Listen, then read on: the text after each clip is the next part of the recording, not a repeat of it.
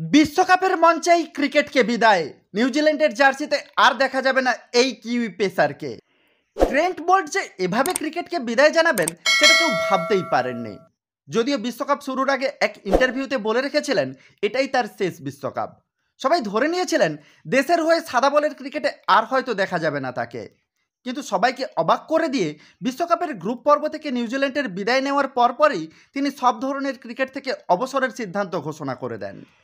সোমবার পাপুয়া নিউগিনির বিরুদ্ধে টি-20 world cup 2024-এর শেষ ম্যাচ খেলতে নেমেছিল নিউজিল্যান্ড। আগেই টুর্নামেন্ট থেকে ছিটকে গেলেও এই ম্যাচ দাপটের সাথেই জিতে নেয় কিউইরা। আর ম্যাচ শেষে নিজের সিদ্ধান্ত ঘোষণা করে দেন বোল্ট। 13 বছরের আন্তর্জাতিক ক্যারিয়ারে তিনি অনেক ম্যাচ একা হাতে জিতিয়েছেন নিউজিল্যান্ডকে। তার বিষাক্ত সুইং থেকে রেহাই পায়নি বিরাট কোহলি থেকে স্টিভ স্মিথ, জো রুট থেকে রোহিত শর্মা। তবে শেষটা ভালো হলো না, সেটা বোল্ট স্বীকারও করে নিলেন। বিদায় মঞ্চে বোল্ট বলেছেন, শেষ দুদিন বেশ আবেগপ্রবণ হয়ে পড়েছিলাম, তবে সিদ্ধান্ত নেওয়ার পরে নতুন করে আর কিছু ভাবিনি। এই মুহূর্তে এর থেকে বেশি কিছু বলার মতো অবস্থাতে নেই। শেষ ম্যাচটা দারুণ উপভোগ করেছি।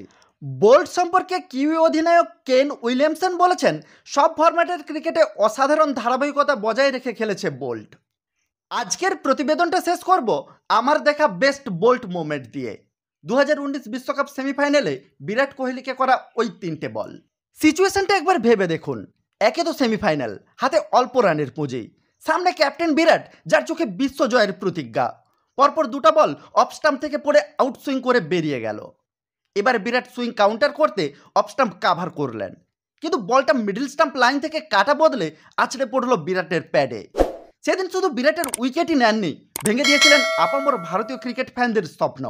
আপনার দেখা সেরা বোল্ট মোমেন্ট কমেন্ট করে আমাদের জানাতে পারেন।